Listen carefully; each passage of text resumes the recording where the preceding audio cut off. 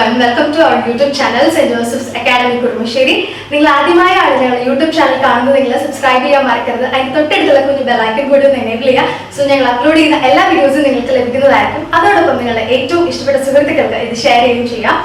Saint Joseph's Academy കുറുമശ്ശേരിയുടെ +1 physics video ക്ലാസ്സിലേക്ക് നിങ്ങളെ എല്ലാവരും ഏറ്റവും സ്നേഹത്തോടെ സ്വാഗതം ചെയ്യാണ്.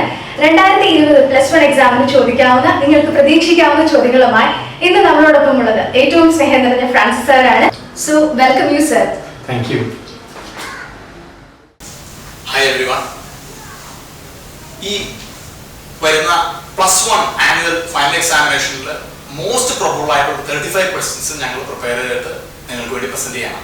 നിങ്ങളെല്ലാവരും അത് നന്നായിട്ട് റെഫർ ചെയ്യാനെങ്കിൽ കുറച്ചുകൂടി കോൺഫിഡൻസ് ആയിട്ട് നിങ്ങൾക്ക് എക്സാമിനേഷൻ അറ്റൻഡ് ചെയ്യും.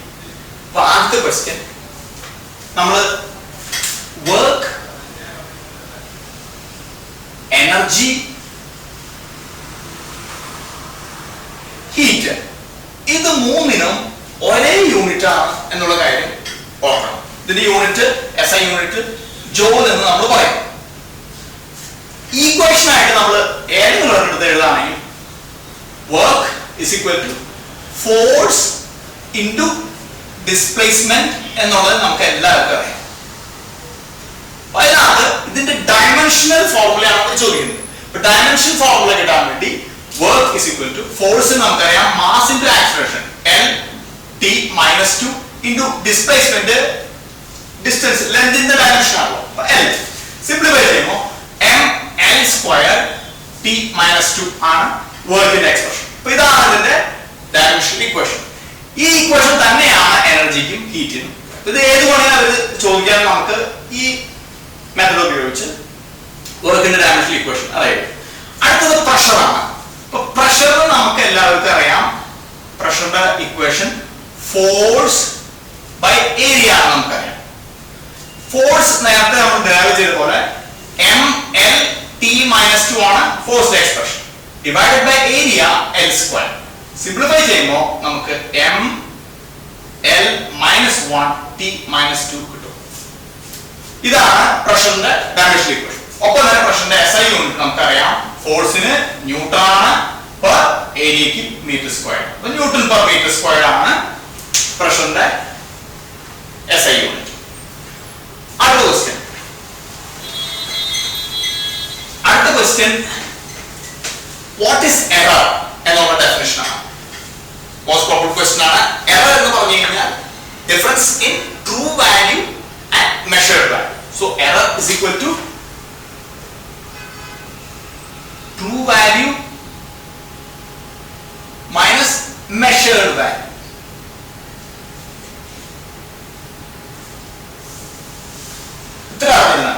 ഇനി types of errors. Types of എറേഴ്സിൽ കോൺസ്റ്റന്റ് എറർ ഉണ്ട്, സിസ്റ്റമാറ്റിക് എറർ ഉണ്ട്. സിസ്റ്റമാറ്റിക് എററിൽ ഇനി 3 സബ് ക്ലാസിഫിക്കേഷൻ ഉണ്ട്. ഇൻസ്ട്രുമെന്റൽ എറർ ആവാം, പേഴ്സണൽ എറർ ആവാം, എക്സ്റ്റേണൽ എറർ ആവാം. പിന്നെയുണ്ട് gross error, least count error. ഇങ്ങനെ എല്ലാത്തിനും നമ്മൾ വൺ വേർഡ് ആയിട്ട് നമ്മൾ കൺസിഡർ ചെയ്യണം. അപ്പൊ ആദ്യം ഇപ്പൊ കോൺസ്റ്റന്റ് എറർ സ്ഥിരമായിട്ടുള്ള എററാണ്, ഇൻസ്ട്രുമെന്റിൽ എപ്പോഴും സംഭവിക്കില്ല. അത് പല കാരണം കൊണ്ടാവും. ഇനി പേഴ്സണൽ എറർ, നേരത്തെ സിസ്റ്റമാറ്റിക് എററിന്റെ ഒരു പേഴ്സണൽ എറർ എന്ന് പറയും, നമ്മൾ എടുക്കുന്ന കെയർലെസ് റീഡിങ്. ഗ്രോസ് എറർ ഒരിക്കലും തിരുത്താൻ പറ്റാത്ത സ്ഥിരമായിട്ട് വരുന്നത്. അപ്പൊ അതൊരു ഇമ്പോർട്ടന്റ് ക്വസ്റ്റ്യൻ ആണ്, നിങ്ങൾ അത് നോക്കണം. അടുത്ത ക്വസ്റ്റ്യൻ, സിഗ്നിഫിക്കന്റ് ഫിഗേഴ്സ്. നമ്മൾ ആദ്യത്തെ 0.06700 ഇതിനകത്ത് നമുക്ക് 4 സിഗ്നിഫിക്കന്റ് ഫിഗർ ഉണ്ട്. ഇതിന്റെ കാരണം ഡെസിമൽ കഴിഞ്ഞിട്ടുള്ള ആദ്യത്തെ 0 സിഗ്നിഫിക്കന്റ് അല്ല, നേരെ മറിച്ച് ഡെസിമലിന് ശേഷം വരുന്ന ടെർമിനൽ സീറോസ് എന്ന് പറഞ്ഞ 00 സിഗ്നിഫിക്കന്റ്. അപ്പൊ ഇതിനകത്ത് 4 സിഗ്നിഫിക്കന്റ് ഫിഗേഴ്സ് ഉണ്ട്. രണ്ടാമത്തേത് 53 × 2.021. ഇതൊരു സിംപ്ലിഫിക്കേഷൻ ആയിട്ട് വരും. സിംപ്ലിഫൈ ചെയ്യുമ്പോൾ നമുക്ക് 107.113 എന്നായിരിക്കും കിട്ടുന്ന റിസൾട്ട്. ഇതിനെ നമ്മൾ സിഗ്നിഫിക്കന്റ് ഫിഗേഴ്സ് എക്സ്പ്രസ് ചെയ്യുമ്പോൾ 1.1 × 10⁻². എന്ന് എഴുതും. കാരണം ഡാറ്റയിലുള്ള least number of significant figures ഉള്ള ആ ഫിഗർ തന്നെ ആയിരിക്കണം നമ്മുടെ, ആ നമ്പർ ഓഫ് സിഗ്നിഫിക്കന്റ് ഫിഗേഴ്സ് തന്നെ ആയിരിക്കണം നമ്മുടെ റിസൾട്ടിൽ വരുന്നത്. 10⁻² എന്ന എക്സ്പാൻഷൻ ടേമിന് സിഗ്നിഫിക്കൻസ് ഇല്ല. അപ്പൊ ഇതിനകത്ത് നമുക്കുള്ള സിഗ്നിഫിക്കൻസ് 2 ആയിട്ട് വരും. ഇനി അടുത്തത് check whether the following equation is dimensionally correct. ഇത് രണ്ടാമത്തെ മൂന്നാമത്തെ എററിന്റെ ടൈപ്സ് ഓഫ് എറേഴ്സ് നിങ്ങൾ റെഫർ ചെയ്യണം. ടൈപ്സ് ഓഫ് എറേഴ്സ് റെഫർ ചെയ്യണം, ഇമ്പോർട്ടന്റ് ആണ് അത്.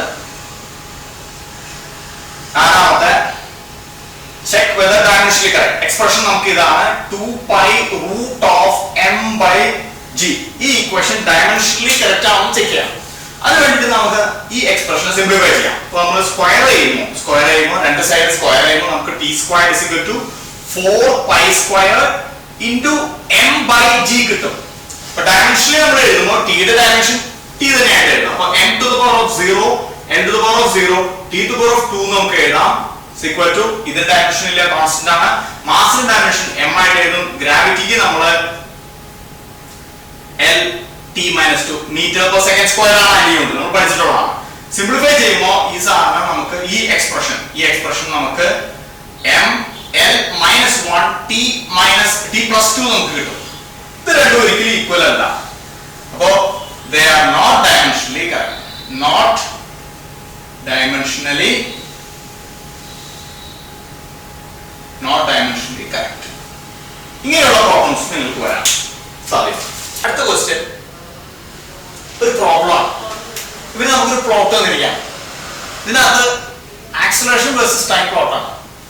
ഈ പ്ലോട്ടിൽ നമുക്ക് ശ്രദ്ധിച്ചാൽ കാണാം acceleration unit metre per second square versus time ആണ് പ്ലോട്ട്. ഇതിന്റെ ശ്രദ്ധിച്ച് കാണാം ആക്സിലറേഷൻ കോൺസ്റ്റന്റ് ആക്സിലറേഷൻ ആണ് 4 മീറ്റർ പെർ സെക്കൻഡ് സ്ക്വയർ. 3 സെക്കൻഡ്സിന് ശേഷം ആക്സിലറേഷൻ കോൺസ്റ്റന്റ് ആണ്, പക്ഷെ റിട്ടാർഡേഷൻ ആണ്. അപ്പോൾ നമുക്കറിയാം ആക്സിലറേഷനിലൂടെ change in velocity by time. ഈ പ്ലോട്ടിൽ നിന്ന് നമുക്ക് വെലോസിറ്റിക്ക് ഒരു പ്ലോട്ട് ജനറേറ്റ് ചെയ്യേണ്ടി വരും സോൾവ് ചെയ്യാൻ. കാരണം ക്വസ്റ്റ്യൻ അവർ പറഞ്ഞിരിക്കുന്നത് find the displacement after 3 seconds. അതായത് ഡിസ്പ്ലേസ്മെന്റ് എസ് എത്രയാണ് ആഫ്റ്റർ 3 സെക്കൻഡ്സ്, ഇതാണ് ക്വസ്റ്റ്യൻ. അപ്പോൾ velocity expression is nothing but acceleration into change in time. അപ്പോൾ ആക്സിലറേഷൻ നമുക്കറിയാം കോൺസ്റ്റന്റ് ആയിട്ട് ആദ്യത്തെ 3 second acceleration 4 metre per second square ആണ്. അപ്പോൾ ആക്സിലറേഷൻ 4 മീറ്റർ കോൺസ്റ്റന്റ് ആണ് ഇൻടു ടൈം 0 ടൈം 1 2 3 സെക്കൻഡ്സ് അങ്ങനെ for t is equal to 0 1 2 3 അങ്ങനെ നമ്മൾ പോയിന്റ്സ് കണ്ടുപിടിക്കണം. ഓരോ ടൈം വാല്യൂവിനും നമുക്ക് ചേഞ്ച് ഇൻ വെലോസിറ്റി ഒരു പുതിയ വാല്യൂ നമുക്ക് കിട്ടും. അപ്പോൾ ഇത് സോൾവ് ചെയ്യുമ്പോൾ നമുക്ക് കിട്ടാൻ പോകുന്നത് delta v is equal to 4 into 0, 4 into 1, 4 into 2, 4 into 3 കിട്ടും. അപ്പോൾ വാല്യൂസ് നമുക്ക് വെലോസിറ്റി കിട്ടാൻ പോകുന്നത് 0 4 8 12. ഈ വാല്യൂസ് വെച്ച് സെയിം ടൈമിന് നമ്മൾ ഒരു വേറെ പ്ലോട്ട് വെലോസിറ്റി ടൈം പ്ലോട്ട് നമ്മൾ ജനറേറ്റ് ചെയ്യണം. അപ്പോൾ ഈ 3 സെക്കൻഡ്സ് വരെ, കാരണം 3 സെക്കൻഡ്സ് വരും ശേഷമുള്ള ഡിസ്പ്ലേസ്മെന്റ് ആണ് നമുക്ക് ചോദ്യത്തിലുള്ളത്. അപ്പൊ അതെ നമ്മൾ ഈ വാല്യൂസ് ഉപയോഗിച്ച് 0 4 8 12 ഉപയോഗിച്ച് ഒരു പ്ലോട്ട് നമ്മൾ ജനറേറ്റ് ചെയ്തു. 0 ടൈമിന് 1 സെക്കൻഡിന് 2 സെക്കൻഡിന് 3 സെക്കൻഡ് നമ്മൾ അത് പ്ലോട്ട് ചെയ്യും. അപ്പൊ നമുക്ക് വെലോസിറ്റി ടൈം ഇങ്ങനെ പ്ലോട്ട് കിട്ടും. നമുക്ക് ഡിസ്പ്ലേസ്മെന്റ് കിട്ടണമെങ്കിൽ നമുക്ക് ഓൾറെഡി അറിയാം velocity is equal to displacement by time, അല്ലെങ്കിൽ displacement is equal to velocity into time.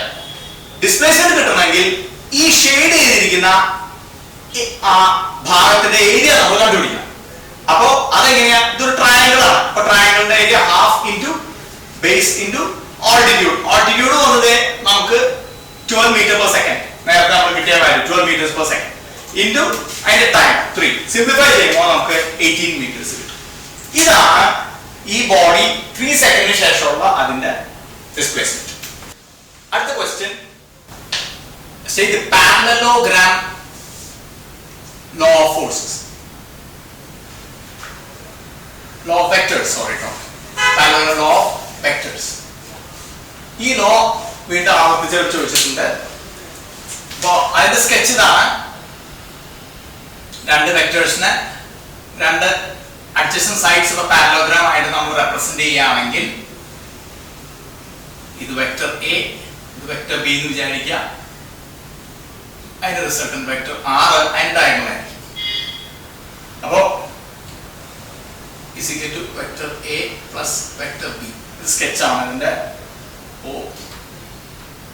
P O Q O S. Parallelogram law നമ്മൾ സ്റ്റേറ്റ് ചെയ്യാം. അതിന്റെ സ്റ്റേറ്റ്മെന്റ് ആണ് അത് ചോദിച്ചിരിക്കുന്നത്. ട്രയാംഗിൾ ഓഫ് വെക്ടേഴ്സിന്റെ ഒരു എക്സ്റ്റൻഷൻ ആണ്.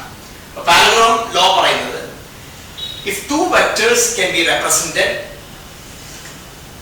by the two adjacent sides of a parallelogram, then the resultant and ഈ രണ്ട് വെക്ടേഴ്സിന്റെ resultant can be represented by the diagonal drawn through the point where the two vectors meet. അപ്പോൾ OP യും OQ meet ചെയ്യുന്നത് O യിലാണ്.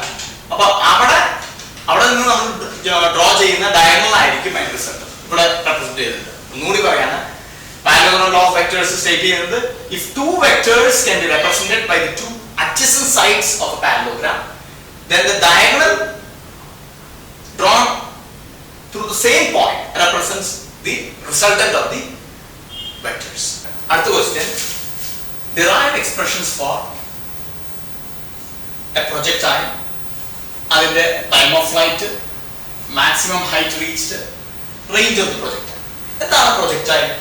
നമ്മൾ horizontal ആയിട്ട് ഉള്ള സർഫേസിന് ഒരു ആംഗിൾ തീറ്റയിൽ എറിയുന്ന എന്തൊരു ഐറ്റം, ബോളായിരിക്കാം, കല്ലായിരിക്കാം, എല്ലാം പ്രൊജക്ടൈൽസ് ആണ്. അതാണ് ഈ പ്രൊജക്ടൈൽ. അപ്പൊ അത് നമ്മൾ എറിഞ്ഞു കഴിയുമ്പോൾ അത് പോകുന്ന പാത്ത് ഇങ്ങനെ ഒരു പാരബോളിക് പാത്തായിരിക്കും. അപ്പൊ അങ്ങനെ ഒരു പ്രൊജക്ടൈൽ നമ്മൾ എറിയാണ്. അപ്പൊ അവര് എക്സാമിനേഷനിൽ ഇതിൽ ഏത് വേണമെങ്കിൽ ഡിറൈവ് ചെയ്യാൻ നിങ്ങളോട് പറയാം. അപ്പൊ ഇപ്പൊ നമ്മൾ അങ്ങനെ ഒരു projectile at an angle theta two the horizontal നമ്മൾ എറിഞ്ഞിരിക്കുകയാണ്. അതിന്റെ ഇനിഷ്യൽ വെലോസിറ്റി u ആണ്. അപ്പൊ അത് എറിഞ്ഞു കഴിയുമ്പോൾ ഉടൻ തന്നെ അങ്ങനെ ആംഗിൾ തീറ്റയിൽ എറിയുന്നതുകൊണ്ട് അതിനൊരു ഹൊറിസോണ്ടൽ കോമ്പണന്റ് ഉണ്ട്, വെർട്ടിക്കൽ കോമ്പണന്റ് ഉണ്ട്. ഹൊറിസോണ്ടൽ കോമ്പണന്റ് u cos θ ആണ്. ഉടനീളം ഈ പ്രൊജക്ടൈലിന്റെ യാത്ര ആ പാത ഉടനീളം അതിന്റെ വാല്യൂ u cos θ ആയിരിക്കും. നേരെ മറിച്ച് വെർട്ടിക്കൽ കോമ്പണന്റ് u sin θ മാറിക്കൊണ്ടേയിരിക്കും. ആ പാത്ത് പോകുന്നതനുസരിച്ച് തിരിച്ച് നിലത്ത് വന്ന് തൊടുന്ന ആ സമയം വരും u sin θ മാറ്റം സംഭവിച്ചുകൊണ്ടിരിക്കും. അപ്പൊ ആദ്യം നമുക്ക് ആ പ്രൊജക്ടൈലിന്റെ ടൈം ഓഫ് ഫ്ലൈറ്റ് നമുക്ക് ഡിറൈവ് ചെയ്യാം. ടൈം ഓഫ് ഫ്ലൈറ്റ് ഡിറൈവ് ചെയ്യാൻ വേണ്ടി നമ്മൾ പൊസിഷൻ ടൈം റിലേഷൻ, നേരത്തെ ഡിറൈവ് ചെയ്ത പൊസിഷൻ ടൈം റിലേഷൻ നമ്മൾ ഉപയോഗിക്കണം. s = ut + ½ at². അപ്പൊ ഇതിനകത്ത് നമ്മൾ വെർട്ടിക്കൽ ആയിട്ടുള്ള കോമ്പണൻസ് നമ്മൾ ബാലൻസ് ചെയ്യും. ഇപ്പൊ വെർട്ടിക്കൽ ആയിട്ട് ഇപ്പോ u ഇനിഷ്യൽ വെലോസിറ്റിയിൽ ഞാൻ നേരത്തെ പറഞ്ഞു u sin θ ആണ് അതിന്റെ വെർട്ടിക്കൽ കോമ്പണന്റ്. അപ്പോ വെർട്ടിക്കൽ ആയിട്ടുള്ള കോമ്പണന്റ് ബാലൻസിംഗ് കൊണ്ടുവരുമ്പോൾ വെർട്ടിക്കൽ ആയിട്ട് ഈ ടൈം ഓഫ് ഫ്ലൈറ്റ് ഈ ഓറിജിൻ പോയിന്റിൽ നിന്നും നിലം തൊടുന്നവരെയാണല്ലോ ഇതിന്റെ ടൈം ഓഫ് ഫ്ലൈറ്റ്. ഈ ടൈം ഓഫ് ഫ്ലൈറ്റിൽ അതിന്റെ വെർട്ടിക്കൽ ആയിട്ട് യാത്ര ചെയ്ത ദൂരം നമുക്ക് പ്രസക്തിയില്ല, അത് 0 ആണ്. അതുകൊണ്ട് വെർട്ടിക്കൽ ഡിസ്റ്റൻസ് ട്രാവൽഡ്, നമ്മൾ വെർട്ടിക്കൽ ബാലൻസ് ഞാൻ പറഞ്ഞു, വെർട്ടിക്കൽ ഡിസ്റ്റൻസ് ട്രാവൽഡ് അപ്പോൾ 0 ആണ്. വെർട്ടിക്കൽ ആയിട്ട് ആ സമയത്തുള്ള വെലോസിറ്റി കോമ്പണന്റ് u sin θ ആണ്. t ടൈം ഓഫ് ഫ്ലൈറ്റ് ആയിട്ട് നമ്മൾ ഈ എക്സ്പ്രഷനിൽ കണക്ക് കൂട്ടുന്നു. ഗ്രാവിറ്റിയെ പറയുന്നത് നമ്മൾ എന്ത് സാധനം അറിയുമ്പോഴും ആക്സിലറേഷന്റെ വാല്യൂ നമ്മൾ നെഗറ്റീവ് ആയിട്ടാണ് കൺസിഡർ ചെയ്യുക. അപ്പൊ a ഗ്രാവിറ്റി എതിർക്കുന്നതുകൊണ്ട് -g ആയിട്ട്. അപ്പൊ ഈ എക്സ്പ്രഷനിൽ നമ്മൾ ഈ വാല്യൂസ് നമ്മൾ സബ്സ്റ്റിറ്റ്യൂട്ട് ചെയ്യുന്നു. s 0 ആയിരിക്കും, u sin θ ആയിരിക്കും, t നമ്മൾ ടൈം ഓഫ് ഫ്ലൈറ്റ് സബ്സ്റ്റിറ്റ്യൂട്ട് ചെയ്യുന്നു. ബാക്കി ½ ഇൻറ്റു ഞാൻ നേരത്തെ പറഞ്ഞ പോലെ ആക്സിലറേഷൻ -g ആണ് ഇൻറ്റു ts². ഈ ഇക്വേഷൻ നമ്മൾ ട്രാൻസ്പോസ് ചെയ്ത് സിംപ്ലിഫൈ ചെയ്യുമ്പോൾ time of flight 2u sin θ/g. ഇതാണ് നമ്മുടെ ടൈം ഓഫ് ഫ്ലൈറ്റ് പ്രൊജക്ട്. രണ്ടാമത് ചോദിക്കുന്നത് ഇതിന്റെ യാത്ര സമയത്ത് അത് ചെല്ലാൻ സാധിക്കുന്ന മാക്സിമം ഹൈറ്റ് എന്നുള്ള എക്സ്പ്രഷനാണ്. അതിനുവേണ്ടി നമ്മൾ പൊസിഷൻ വെലോസിറ്റി റിലേഷൻ നമ്മൾ മൂന്നാമത് ഡിറൈവ് ചെയ്ത എക്സ്പ്രഷൻ നമ്മൾ ഉപയോഗിക്കണം. v² - u² = 2x. അതിനകത്ത് മാക്സിമം ഹൈറ്റിൽ എത്തുമ്പോൾ ആ സമയത്തുള്ള ഫൈനൽ വെലോസിറ്റി അതിന്റെ 0 ആയിരിക്കും. അപ്പോ v = 0 നമ്മൾ ഇതിൽ ഇപ്പോ തന്നെ സബ്സ്റ്റിറ്റ്യൂട്ട് ചെയ്യാം. അറ്റ് മാക്സിമം hm ആണ് ഈ s ന്റെ സ്ഥാനത്ത് നമ്മൾ സബ്സ്റ്റിറ്റ്യൂട്ട് ചെയ്യാൻ പോകുന്ന മാക്സിമം ഹൈറ്റിനുള്ള ടേം. അപ്പോ v 0 ആയിരിക്കും. -u² ന്റെ സ്ഥാനത്ത് നമ്മൾ ആ സമയത്ത് എറിയുന്ന വെർട്ടിക്കൽ കോമ്പണന്റ് u sin θ നമ്മൾ സബ്സ്റ്റിറ്റ്യൂട്ട് ചെയ്യും. അപ്പോൾ u² sin² θ ആയിട്ട് വരും. 2 ഇൻറ്റു വീണ്ടും അവിടെ നമ്മൾ ആക്സിലറേഷൻ എതിർത്ത് ആക്സിലറേഷൻ ഗ്രാവിറ്റിനെ കൗണ്ടർ ചെയ്യുന്നുണ്ട്. ആക്സിലറേഷൻ സ്ഥാനത്ത് -g കൊടുക്കുന്നു ഇൻറ്റു s ന് പകരം മാക്സിമം ഹൈറ്റ് വെർട്ടിക്കൽ ആയിട്ടുള്ള ഡിസ്പ്ലേസ്മെന്റ് നമ്മൾ hm കൊടുക്കുന്നു. സബ്സ്റ്റിറ്റ്യൂട്ട് സിംപ്ലിഫൈ ചെയ്യുമ്പോൾ നമുക്ക് hm = u² sin² θ/2g ആയിരിക്കും. മൂന്നാമത് ഇത് കവർ ചെയ്യുന്ന ഈ പ്രൊജക്ടൈൽ നിലത്ത് തൊടുമ്പോൾ അത് കവർ ചെയ്യുന്ന മാക്സിമം ഹോറിസോണ്ടൽ ഡിസ്റ്റൻസ് ആണ് നമ്മൾ ഈ റേഞ്ച് എന്ന് പറയുന്നത്. അപ്പോൾ ഹോറിസോണ്ടൽ വെലോസിറ്റിക്കുള്ള എക്സ്പ്രഷൻ അറിയാം. വെലോസിറ്റിയുടെ എക്സ്പ്രഷൻ തന്നെ horizontal velocity is equal to horizontal distance അല്ലെങ്കിൽ ഹോറിസോണ്ടൽ റേഞ്ച് എന്ന് ഇവിടെ പറയുന്നു ഡിവൈഡഡ് ബൈ മൊത്തം ഇവിടേക്ക് എത്താനുള്ള ടൈം നമുക്ക് നമ്മുടെ ടൈം ഓഫ് ഫ്ലൈറ്റ് അല്ലേ. അപ്പോൾ horizontal velocity is equal to horizontal range by time of flight. Horizontal velocity ഞാൻ ആദ്യം പറഞ്ഞു ഉടനീളം അത് കോൺസ്റ്റന്റ് ആയിരിക്കും. u cos θ എന്നുള്ളത് കോൺസ്റ്റന്റ് ആയിരിക്കും. u cos θ is equal to horizontal റേഞ്ചിൽ നമ്മൾ r എന്ന് പേര് കൊടുത്തിരിക്കുന്നു divided by time of flight. നേരത്തെ കണ്ടുപിടിച്ച t is equal to 2u sin θ by g. Simplify ചെയ്യുമ്പോൾ നമുക്ക് r അതിനെ ട്രാൻസ്പോസ് ചെയ്യുമ്പോൾ r നമുക്ക് r is equal to u squared 2 sin θ cos θ by g കിട്ടും. ഇതിനകത്ത് 2 sin θ cos θ എന്നുള്ള ട്രിഗണോമെട്രിക് എക്സ്പ്രഷൻ എഴുതുമ്പോൾ sin 2 θ നമുക്ക് സബ്സ്റ്റിറ്റ്യൂട്ട് ചെയ്യാം into u squared by g. അപ്പോൾ u squared sin 2 θ by g ആണ് നമ്മുടെ റേഞ്ചിനുള്ള എക്സ്പ്രഷൻ. അപ്പോൾ ഈ പ്രൊജക്ടൈൽ മാക്സിമം റേഞ്ച് ചെല്ലണമെങ്കിൽ അത് ഏത് ആംഗിളിൽ നമ്മൾ ത്രോ ചെയ്യണം എന്നൊരു ക്വസ്റ്റ്യൻ പറയുകയാണെങ്കിൽ തീറ്റ നമുക്ക് മാക്സിമം റേഞ്ച് കിട്ടാൻ വേണ്ടി തീറ്റയുടെ വാല്യൂ sin 2 θ എന്നുള്ള എക്സ്പ്രഷനിൽ നമ്മൾ theta pi at theta is equal to pi by 4 ൽ എറിഞ്ഞാലേ pi by 4 എന്ന് 45 ഡിഗ്രിയിൽ എറിഞ്ഞാലേ അത് മാക്സിമം റേഞ്ച് പോകുള്ളൂ. കാരണം തീറ്റ pi by 4 ആവുമ്പോൾ 2 into pi by 4 pi by 2 ആവും. sin pi by 2 യുടെ വാല്യൂ നമുക്കറിയാം 1 ആണ്. So 1 into u squared by g നമുക്ക് u squared by g അതിന്റെ maximum range u squared by g ആയിരിക്കും. അടുത്ത question state and prove work energy theorem. ഒന്നുകൂടി പറയാണ് state and prove work energy theorem. അപ്പോൾ വർക്ക് എനർജി തിയറം അതിന്റെ statement ഏതൊരു body അത് ഒന്നിൽ നിന്നിരിക്കുകയാണെങ്കിൽ അല്ലെങ്കിൽ അത് സഞ്ചരിക്കുകയാണെങ്കിൽ അതിന്റെ ആ ഉള്ള അവസ്ഥയിലുള്ള കൈനറ്റിക് എനർജിയിൽ ഒരു മാറ്റം വരുത്തണമെങ്കിൽ ഞാൻ ഒരു ജോലി ചെയ്യണം. ജോലി എന്ന് പറയുമ്പോൾ നമുക്ക് വർക്ക് ഓൾറെഡി നമുക്കറിയാം ഫോഴ്സ് ഇൻടു ഡിസ്പ്ലേസ്മെന്റ് ആണ്. ഇനി നമുക്ക് അടുത്ത question state and prove work energy theorem. നമുക്കറിയാം ഏതൊരു ബോഡി ഒന്നില്ലെങ്കിൽ റെസ്റ്റിലാണെങ്കിൽ അല്ലെങ്കിൽ അത് സഞ്ചരിക്കുകയാണെങ്കിൽ റെസ്റ്റിലാണെങ്കിൽ അതിന്റെ കൈനറ്റിക് എനർജി 0 ആണ്. കാരണം കൈനറ്റിക് എനർജി മൂവ് ചെയ്യുന്ന ബോഡീസിനുള്ളതാണ്. അല്ലെങ്കിൽ അത് മൂവ് ചെയ്യുകയാണെങ്കിൽ അതിനൊരു കൈനറ്റിക് എനർജി ഉണ്ട്, കോൺസ്റ്റന്റ് ആയിട്ട് പോകുന്ന ഒരു കൈനറ്റിക് എനർജി. അപ്പൊ അതിന്റെ കൈനറ്റിക് എനർജി റെസ്റ്റിലാണെങ്കിലും അല്ലെങ്കിൽ മൂവ്മെന്റിലാണെങ്കിലും അതിനൊരു മാറ്റം വരുത്തണമെങ്കിൽ ഞാൻ ജോലി ചെയ്യണം. ജോലി ചെയ്യുന്നത് ഞാൻ ഒരു ഫോഴ്സ് കൊടുത്തിട്ടാണ്. അപ്പൊ ജോലി എന്ന് പറഞ്ഞ നമ്മുടെ വർക്ക് അതിന് നമ്മൾ ഫോഴ്സ് ഇൻടു ഡിസ്പ്ലേസ്മെന്റ് നമ്മൾ പറയുന്നു. അപ്പോ ഒരു ഫോഴ്സ് ഞാൻ അപ്ലൈ ചെയ്യണം എന്നാലാണ് ആ ബോഡി ഒരു നിശ്ചിത ദൂരം അല്ലെങ്കിൽ ഒരു ഡിസ്പ്ലേസ്മെന്റ് സംഭവിക്കാം. അപ്പൊ അതിനാണ് നമ്മൾ വർക്ക് എന്ന് പറയാം. അപ്പോ വർക്ക് എനർജി തിയറം പറയുന്നത് the change in kinetic energy of a body റെസ്റ്റിലാവാം അല്ലെങ്കിൽ മൂവ്മെന്റിലാവാം change in kinetic energy of a body is equal to the net work done on it by a force acting. അപ്പോൾ ഒന്നുകൂടി പറയാം change in kinetic energy of a body is equal to net work done upon it by a external force. അതിന്റെ proof എങ്ങനെയാണ്? നമ്മൾ നേരത്തെ solve ചെയ്ത position velocity equation v squared minus u squared equal to 2as നമ്മൾ എടുക്കുന്നു. അതിനകത്ത് അതിനെ നമ്മൾ ട്രാൻസ്പോസ് ചെയ്ത് v squared is equal to u squared plus 2as ആയിട്ട് മാറ്റുന്നു. എന്നിട്ട് നമ്മൾ രണ്ട് സൈഡും ഹാഫ് m വെച്ച് മൾട്ടിപ്ലൈ ചെയ്യും. അപ്പോൾ half mv squared is equal to half mu squared plus half m into 2as. Simplify ചെയ്യുമ്പോൾ ഈ ഹാഫ് mv squared ആ ബോഡിയുടെ ഫൈനൽ വെലോസിറ്റി അതായത് ഫൈനൽ കൈനറ്റിക് എനർജിക്ക് ഈക്വൽ ആയിട്ട് വരും. ഹാഫ് mv squared ആണ് നമ്മുടെ കൈനറ്റിക് എനർജി ഈക്വൽ, നമുക്ക് അറിയാമല്ലോ അത്.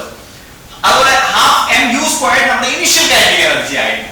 അത് റെസ്റ്റിലാണെങ്കിൽ u നമുക്ക് 0 ആവുമ്പോൾ ഇനിഷ്യൽ കൈനറ്റിക് എനർജി ഉണ്ടാവില്ല. അപ്പോൾ മൂവ്മെന്റിലാണെങ്കിൽ നമ്മൾ k ആയി ഇനിഷ്യൽ കൈനറ്റിക് എനർജി എന്ന് പറയും. ഒപ്പം തന്നെ ഈ പാർട്ട് നമ്മൾ സിംപ്ലിഫൈ ചെയ്യുമ്പോൾ നമുക്ക് m into a into s വരും. നമുക്ക് എല്ലാവർക്കും അറിയാം മാസിന്റെ ആക്സിലറേഷൻ ഒന്നുമല്ല, ഫോഴ്സ് ആണ്. So force into displacement nothing but work.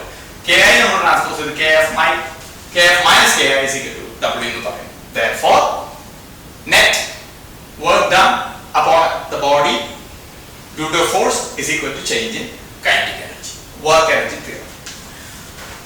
അടുത്തത് നമ്മൾ prove that mechanical energy for a free falling body is conserved. അല്ലെങ്കിൽ prove that the potential energy for a freely falling body is fully converted to kinetic energy എന്നുള്ളതാണ് question. രണ്ട് തരത്തിൽ അവർ ചോദിക്കാം. അപ്പോൾ ഇതിനകത്ത് നമ്മൾ ഈ ബോഡിയുടെ ഇനിഷ്യൽ പൊസിഷൻ എ ആണെന്ന് കരുതാം, ഗ്രൗണ്ട് പൊസിഷൻ ബി ആണെന്ന് കരുതാം. ഞാനിവിടെ ഗ്രൗണ്ട് എന്ന് എഴുതാണ്, ബി എന്ന് നമുക്ക് പറയാം. അപ്പോ ആ രണ്ട് പോയിന്റ് തമ്മിലുള്ള ഡിസ്റ്റൻസ് ഹൈറ്റ് h ആയിട്ട് നമ്മൾ കണക്കാക്കുന്നു. അപ്പൊ പൊട്ടൻഷ്യൽ എനർജി അറ്റ് എ നമുക്ക് എല്ലാവർക്കും അറിയാം, ബോഡിക്ക് mgh ആണ്, നമുക്കറിയാവുന്ന കാര്യം. മൂവ്മെന്റ് ഇല്ലാത്തതുകൊണ്ട് അവിടുത്തെ കൈനറ്റിക് എനർജി 0 ആയി. ഗ്രൗണ്ടിൽ എത്തിക്കഴിയുമ്പോൾ പൊട്ടൻഷ്യൽ എനർജി അവിടെ 0 ആവും, കൈനറ്റിക് എനർജി നേടിക്കഴിയും ½ mv², ഫൈനൽ വെലോസിറ്റി v ആവുമ്പോൾ. അപ്പൊ നമ്മള് ആ ബോഡി ഡ്രോപ്പ് ചെയ്തതായിട്ട് നമുക്ക് കരുതാം, let the body B drop. അപ്പൊ ഇനിഷ്യൽ വെലോസിറ്റി അതിന്റെ ഡ്രോപ്പ് ചെയ്യുന്നതിന് മുമ്പ് u 0 ആയിരുന്നല്ലോ. ഇനി അത് യാത്ര ചെയ്യാൻ പോകുന്ന ഡിസ്റ്റൻസ് s ഈ ഇക്വേഷൻ അനുസരിച്ച് നമ്മുടെ പൊസിഷൻ വെലോസിറ്റി ഇക്വേഷൻ അനുസരിച്ച് s നമ്മൾ h ആയിട്ട് കൊടുക്കുന്നു. ആക്സിലറേഷൻ ഡ്യൂ ടു ഗ്രാവിറ്റി ഈ പ്രാവശ്യം നമ്മൾ +g ആയിട്ട് എടുക്കണം, കാരണം ഗ്രാവിറ്റിയോടൊപ്പം തന്നെയാണ് ആക്സിലറേഷൻ സംഭവിക്കുന്നത്. അപ്പോ ഫ്രീ ഫോളിംഗ് ആയതുകൊണ്ട് സോ a g നമ്മൾ എടുത്തു.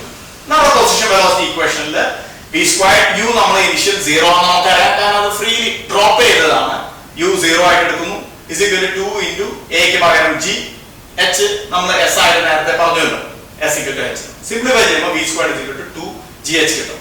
അപ്പോൾ അത് കൈനറ്റിക് എനർജി ആയിട്ട് മാറ്റാൻ വേണ്ടി രണ്ട് സൈഡും നമ്മൾ ½ m വീണ്ടും നേരത്തെ ചെയ്ത ½ m നമ്മൾ മൾട്ടിപ്ലൈ ചെയ്യാം. സിംപ്ലിഫൈ ചെയ്യുമ്പോൾ ½ m v² is equal to ½ m into 2gh multiply ചെയ്യുമ്പോൾ k left part kinetic energy, right part mgh ആയിട്ട്. അപ്പൊ ഇവിടെ നമുക്ക് കാണാം, നേരത്തെ പറഞ്ഞ ഈ പൊട്ടൻഷ്യൽ എനർജി Pe mgh ആയിരുന്നല്ലോ ബോഡി മുകളിലായിരിക്കെ, താഴെ എത്തിയപ്പോ കൈനറ്റിക് എനർജി mgh, ഈ ഇക്വേഷൻസ് നമ്മൾ സിംപ്ലിഫൈ ചെയ്യുമ്പോൾ mgh ആയിട്ട് മാറും. അപ്പൊ therefore potential energy is fully converted to kinetic energy for a free falling body. ഇനി അടുത്ത question, perpendicular axis theorem, parallel axis theorem. Question ആയിട്ട് സ്റ്റേറ്റ് parallel axis theorem അല്ലെങ്കിൽ സ്റ്റേറ്റ് perpendicular axis theorem എന്നാണ് ചോദിക്കുക. അപ്പൊ അതിന് ആദ്യം നമുക്ക് perpendicular axis theorem നമുക്ക് നോക്കാം. അപ്പൊ അതിനുള്ള സ്കെച്ച് ഇങ്ങനെയാണ്. ഇതൊരു പ്ലെയിൻ ലാമിനയാണ്, പ്ലെയിൻ ലാമിന എന്നാണ് നമ്മൾ പറയാം, നിങ്ങൾ വായിച്ചിട്ടുണ്ടാവും അത്. അപ്പൊ അതനുസരിച്ച് ആ തിയറം പറയുന്നത് ഇങ്ങനെയാണ്. ഇപ്പൊ ഇത് ആ പ്ലെയിൻ ലാമിനയ്ക്ക് പെർപെൻഡിക്കുലർ ആയിട്ടുള്ള ആക്സിസ് ആണ്, അത് OC. ഇനി OAയും OBയും ആ ലാമിനയിൽ തന്നെ കിടക്കുന്ന രണ്ട് ആക്സിസ് ആണ്. ഇത് മൂന്നും മ്യൂച്വലി പെർപെൻഡിക്കുലർ ആണ്. അപ്പൊ നമ്മൾ തിയറം പറയുമ്പോൾ ഇങ്ങനെയാണ്, moment of inertia about an axis passing perpendicular to the plane of the lamina, അത് IZ എന്ന് നമ്മൾ വിളിക്കുന്നു. ഈ perpendicular axis ആയിട്ടുള്ള OC നമ്മൾ IZ എന്ന് വിളിക്കുന്നു.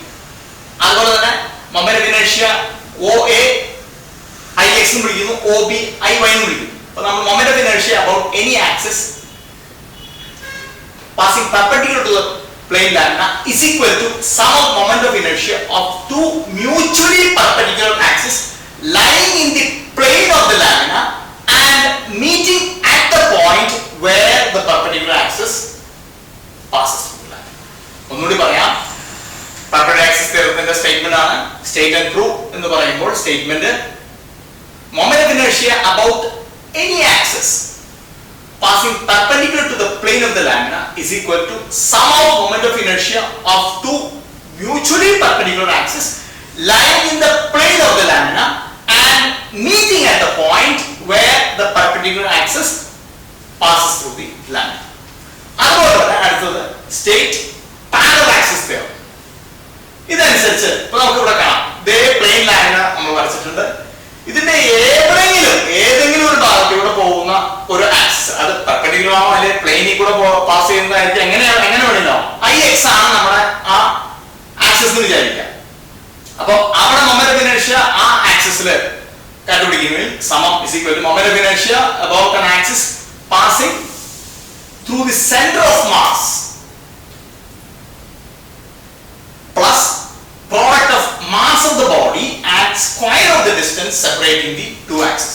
അപ്പോൾ parallel axis theoremത്തിന്റെ സ്റ്റേറ്റ്മെന്റ് പറയാണ്, moment of inertia about any axis IX passing through the lamina is equal to sum of moment of inertia about an axis passing through its center of mass plus product of mass of the lamina or body square of the distance separating the two axes. ഇതാണ് parallax theorem. ഇത് രണ്ടും നിങ്ങൾ നോക്കി വെക്കാം. ഇതിനകത്ത് രണ്ട് point നമ്മൾ പഠിക്കാനുണ്ട്. ഒന്ന് സെന്റർ ഓഫ് മാസ് എന്താണ്, സെന്റർ ഓഫ് മാസ് എന്താണ് ഡെഫിനിഷൻ അവർ അത് ചോദിച്ചിട്ടുണ്ട്. ഇനി സെന്റർ ഓഫ് ഗ്രാവിറ്റി എന്താണ്, ഇത് രണ്ടും തമ്മിലുള്ള ഡിഫറൻസ്.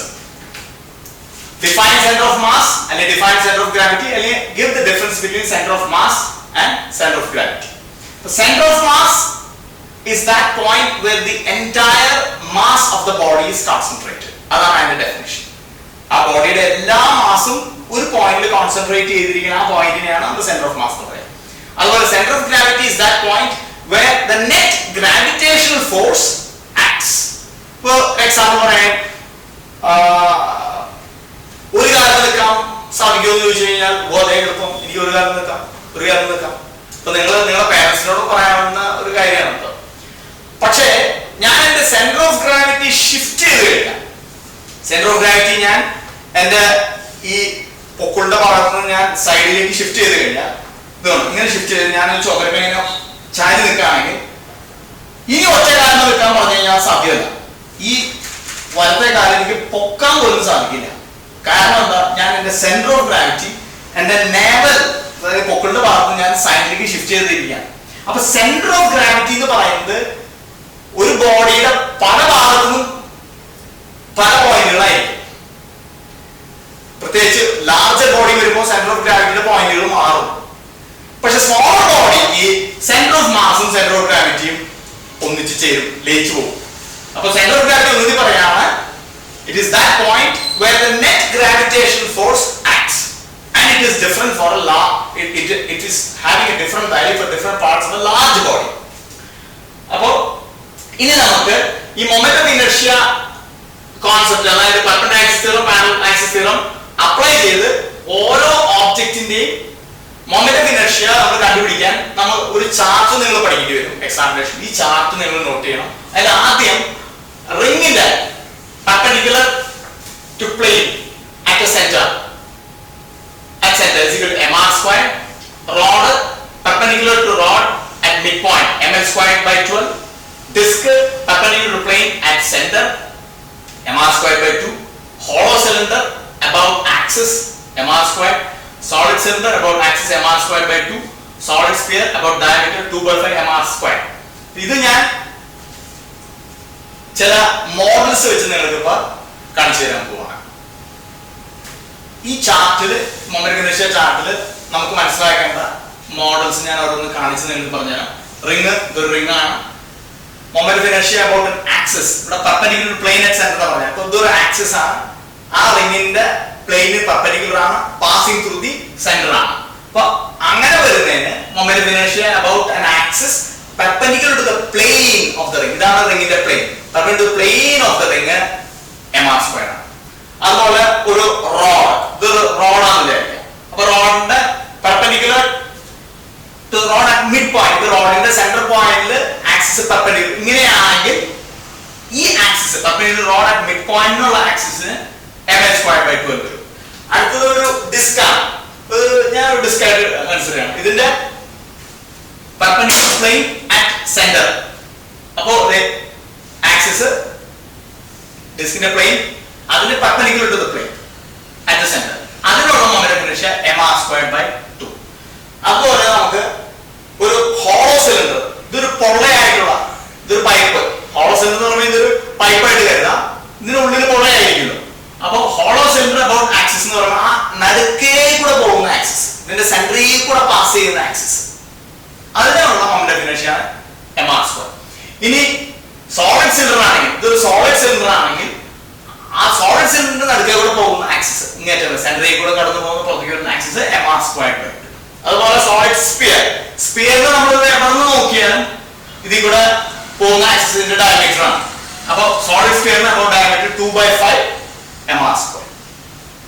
അപ്പൊ ഇത് നമുക്ക് ഈ ബേസ് ചെയ്ത് നമുക്കൊരു പ്രോബ്ലം നമുക്ക് സോൾവ് ചെയ്യാം. സാധാരണ ഇതിന്റെ അപ്ലിക്കേഷൻ ഈ perpendicular axis theorem parallel axis theorem ഈ ചാർട്ട് ഉപയോഗിച്ച് നമുക്ക് ചിലപ്പോൾ പ്രോബ്ലം സോൾവ് ചെയ്യേണ്ടി വരും. അപ്പൊ അതിനുവേണ്ടി നിങ്ങൾ ഈ ചാർട്ട് മിനിമം ആയിട്ട് ഈ ചാർട്ട് നമ്മൾ ഓർത്തിരിക്കണം. അപ്പൊ നമുക്കൊരു പ്രോബ്ലം സോൾവ് ചെയ്യാം. അടുത്ത ക്വസ്റ്റ്യൻ ഞാൻ നേരത്തെ പറഞ്ഞ പോലെ ഈ ചാർട്ട് ഉപയോഗിച്ച് മൊമെന്റ് ഓഫ് ഇനർഷ്യയുടെ ഈ ചാർട്ട് ഉപയോഗിച്ച് നമുക്കൊരു പ്രോബ്ലം സോൾവ് ചെയ്യാം. അപ്പൊ ഇതില് ഞാൻ ഒരു പ്രോബ്ലം നിങ്ങൾ കാണിച്ചു തരാം. അപ്പൊ നമുക്ക് ഇത് ഉപയോഗിച്ച് നേരത്തെ പറഞ്ഞ parallel axis theorem perpendicular axis theorem ഉപയോഗിച്ച് ഇതില് ഏത് ഫോർമുല ഉപയോഗിച്ച് നമുക്ക് ഏത് കണക്ക് വേണമെങ്കിൽ നമുക്ക് സോൾവ് ചെയ്യാം. അപ്പൊ ഇതിനകത്ത് find moment of inertia of ring about a tangent എന്നാണ് പറഞ്ഞിരിക്കുന്നത്. അപ്പൊ ഉടനെ നമുക്ക് സംശയം വരും, tangent lying in the plane ആണോ അല്ലെങ്കിൽ line perpendicular to the plane ആണോ? ലൈൻ ഇൻ ദ പ്ലെയിൻ ഇങ്ങനെയായി, പെർപെൻഡിക്കുലർ പ്ലെയിൻ ഇതുപോലുള്ള. അപ്പൊ ഏത് വേണമെങ്കിൽ കൺസിഡർ ചെയ്യാം. അപ്പൊ നമ്മള് പെർപെൻഡിക്കുലർ പ്ലെയിൻ നമ്മൾ കൺസിഡർ ചെയ്ത് നമുക്ക് ഇവിടെ ഈക്വേഷൻ ഉണ്ട്, റിംഗ് പെർപെൻഡിക്കുലർ പ്ലെയിൻ. അപ്പൊ ആദ്യം നമ്മൾ ചാർട്ടിൽ നിന്ന് നമുക്ക് അറിയാവുന്ന ഈക്വേഷൻ എടുത്തു. പെർപെൻഡിക്കുലർ പ്ലെയിൻ നമുക്ക് IZ ആയിട്ട് കണക്കാക്കാം. mr² ആണ് നമ്മുടെ ഈക്വേഷൻ. പെർപെൻഡിക്കുലർ ആക്സിസ് തിയറം അനുസരിച്ച് IZ is equal to IX plus IY. നേരത്തെ പറഞ്ഞ theorem IZ is equal to IX plus I. അപ്പോൾ ഇത് IZ ആയിട്ട് കണക്കാക്കുന്നു. അപ്പൊ ഡയമെട്രിക്കലി നമുക്ക് രണ്ട് ഡയമീറ്റേഴ്സ് ഒരേ ഒരു ഡയമീറ്റേഴ്സ് നമുക്ക് IX ഉം IY ആയിട്ട് കൺസിഡർ ചെയ്യുകയാണെങ്കിൽ IX ഉം IY ഉം രണ്ട് ഈക്വൽ ആയിരിക്കും. രണ്ട് ആക്സിസിലും വരുന്ന ഈ ഡയമെട്രിക്കലി വരുന്ന രണ്ട് ആക്സിസിലുള്ള മൊമെന്റ് ഓഫ് ഇനർഷ്യ സെയിം ആയിരിക്കും. അപ്പൊ നമുക്ക് IZ is equal to IX plus IY എന്നുള്ളത് പെർപെൻഡിക്കുലർ ആക്സിസ് തിയറം അനുസരിച്ച് IZ നമ്മൾ നേരത്തെ പറഞ്ഞിട്ടുണ്ട് ചാർട്ടിൽ mr² നമ്മൾ സബ്സ്റ്റിറ്റ്യൂട്ട് ചെയ്തു.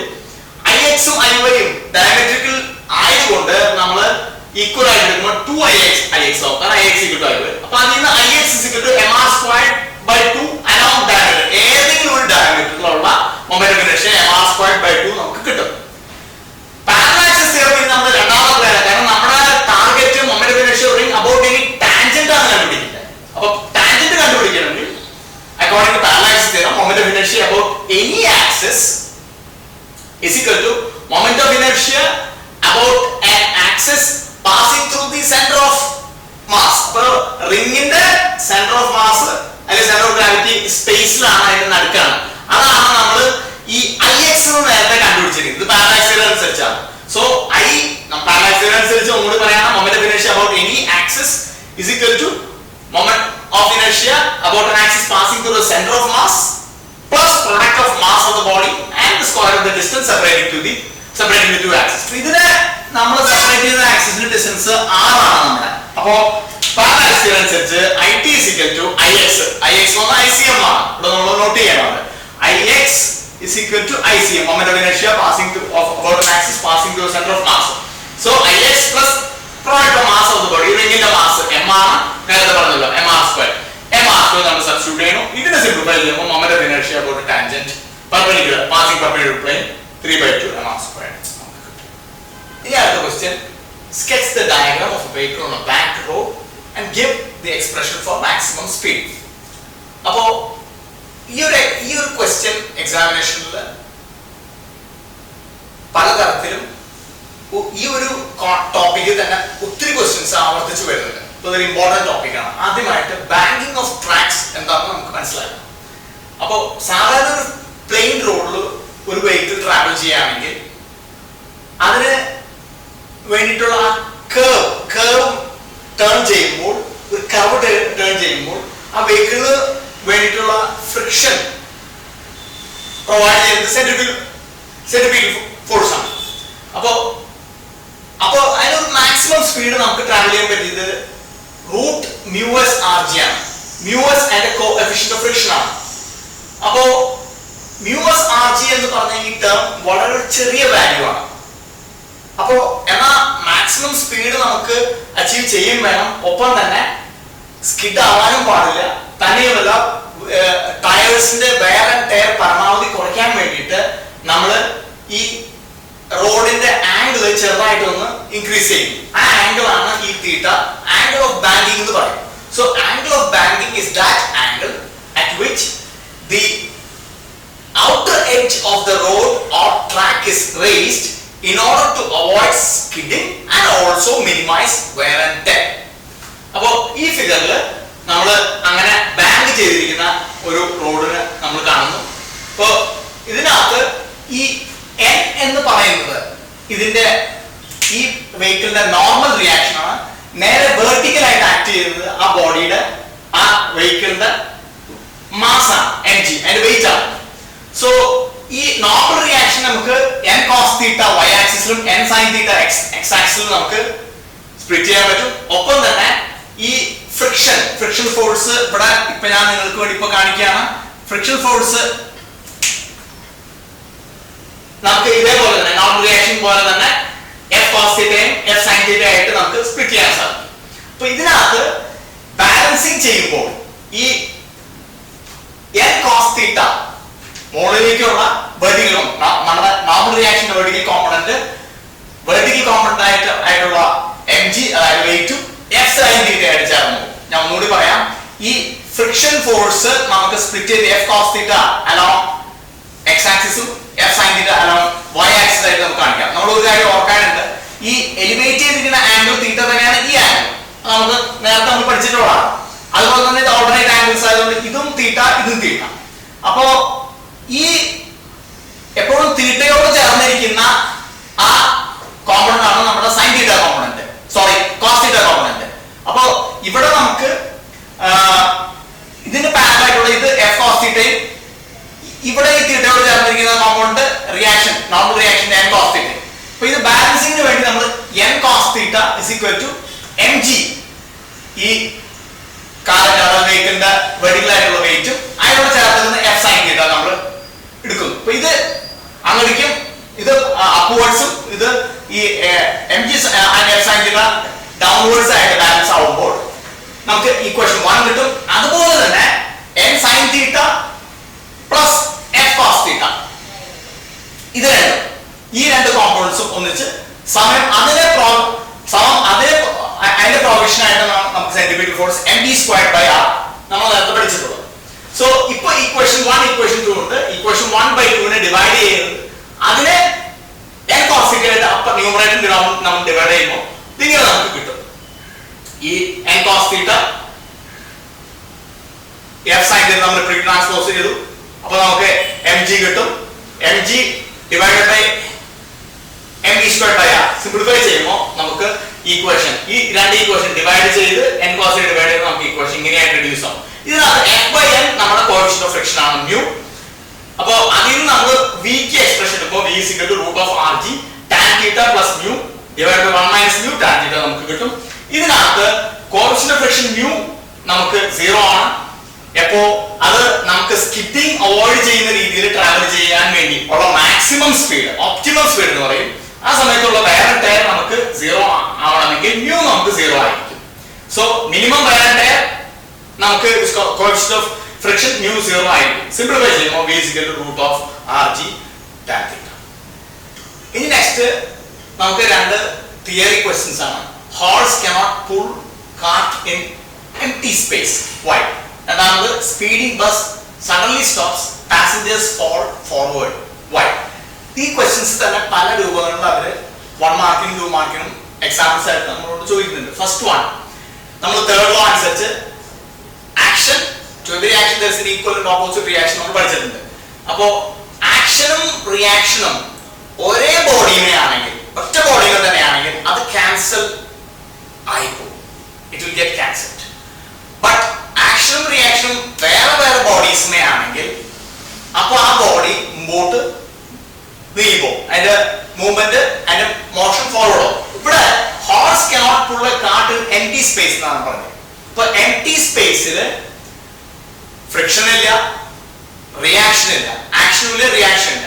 കാരണം ആക്ഷൻ റിയാക്ഷൻ ഉണ്ടായാലേ ഹോഴ്സ് മൂവ് ചെയ്ത് ഫോർവേഡ് ആയിട്ട് പോകുള്ളൂ. ബാക്ക്വേർഡ് ആയിട്ട് പോകുന്ന പാത്ത് ബാക്ക്വേർഡ് ആയിട്ട് പോകുള്ളൂ. പാത്തുമ്പോൾ നമുക്ക് റിയാക്ഷൻ കിട്ടും, ആക്ഷൻ ഹോഴ്സിന് കിട്ടും. അപ്പോ എംപ്റ്റി സ്പേസിൽ ആക്ഷൻ റിയാക്ഷൻ ക്യാൻസൽ ആയി പോകുന്നതുകൊണ്ട് നമുക്ക് എംപ്റ്റി സ്പേസിൽ പുള്ളിയാൻ പറ്റില്ല. അതുപോലെ തന്നെ സ്പീഡിംഗ് ബസ് നമ്മൾ നേരത്തെ ക്ലാസിന്റെ ആദ്യം നമ്മൾ inertia of motion and inertia due to rest നമ്മൾ പഠിച്ചു. ഇനർഷ്യ ഓഫ് മോഷനിൽ പാസഞ്ചേഴ്സ് ഒരു സ്പീഡിംഗ് ബസ്സിൽ ട്രാവൽ ചെയ്യുമ്പോൾ അവരുടെ ബോഡി മോഷൻ ഓൾവേസ് ഫോർവേഡ് ആണ്.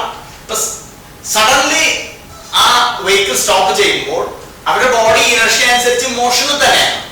സ്റ്റോപ്പ് ചെയ്യുമ്പോൾ വെഹിക്കിൾ സ്റ്റോപ്പ് ആവുന്നു, നേരെ മറിച്ച് മോഷൻ ആയിരുന്ന അവരുടെ ബോഡി ഫോർവേഡിലേക്ക് മൂവ് ചെയ്യും. അത് ഇനർഷ്യ ഓഫ് മോഷൻ. ഇതേപോലെ തന്നെ ഒരു നിർത്തി കിടക്കുന്ന ബസ് സ്റ്റോപ്പ് ചെയ്യുന്ന ഒരു വെഹിക്കിൾ സഡൻലി സ്റ്റാർട്ട് ചെയ്യുമ്പോൾ അത് ഇനർഷ്യ ഓഫ് റെസ്റ്റ് ആണ്. ബോഡി അപ്പോൾ റെസ്റ്റ് ആയ കണ്ടീഷനിൽ നിൽക്കുക, നമ്മൾ ബാക്ക്വേർഡ് ആയിരിക്കും നമ്മൾ ത്രോ ചെയ്യപ്പെടാം. We will get throw backward. അപ്പോ കാരണം നിർത്തിയിടുന്ന സഡൻലി ഫോർവേഡ് എടുക്കുമ്പോൾ അവിടെ ഇനർഷ്യ ഓഫ് റെസ്റ്റ് ആണ് നമ്മൾ അപ്ലൈ ചെയ്യുന്നത്. ഇനി അടുത്ത ക്വസ്റ്റ്യൻ, കെപ്ലേഴ്സ് ലോ.